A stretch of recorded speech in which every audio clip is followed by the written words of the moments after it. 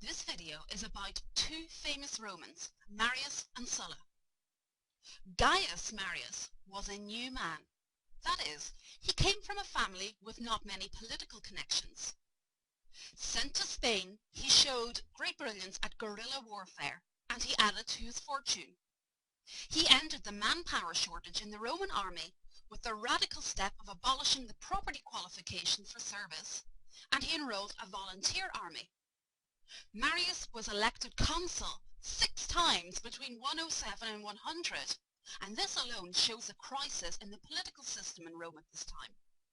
He recruited landless men into the army, and they were armed by the state rather than from their own wealth, meaning that the army became increasingly professional. The need for income, though, pushed expansion on the flip side. Since the new recruits had literally nothing to return to, they became a threat. So Marius promised them land or money or slaves in exchange for their service.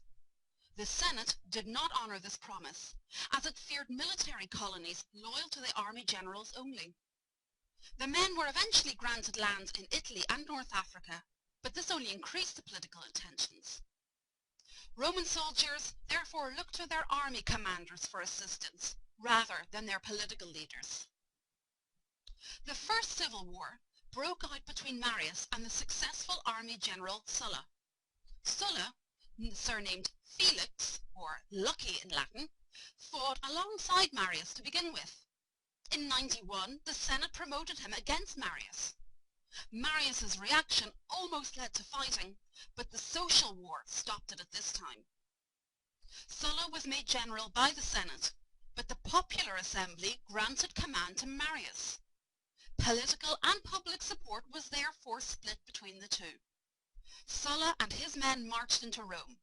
Marius, unprepared for this, had to flee, finding safety at a colony of his veterans off Africa. Marius returned with an army collected from among his veterans. He sacked Ostia, Rome's main harbour, and organized the capture of Rome. He now took terrible vengeance on his enemies, especially on his faithless former friends. But his health gave out, and he died before taking up his command again. Marius died in early 86 BC. Unlike some aristocrats, from Gaius Gracchus to Caesar, he had no plans for reform. Although favouring rewards for soldiers without distinction between citizens and Italians, he didn't support citizenship for them. In 82 BC, Sulla made himself dictator. Go check your textbook for a definition of this term. It's actually very different to our modern usage. In a proscription, the enemies of the state were publicly identified with their assets confiscated. This led the price of land to fall, and this in turn made a man named Crassus very wealthy. Sulla was voted immunity for all of his actions, past and future. He continued and legalized his massacres by publishing proscription lists. These were sometimes fraudulently added to by his subordinates, but these were lists of people whose properties needed to be seized in his view. Sulla believed in an old prophecy that he had not got long to live, so he gradually dropped his different powers and restored constitutional government, becoming consul in 80 BC and returning to the life of a private citizen in 79 BC.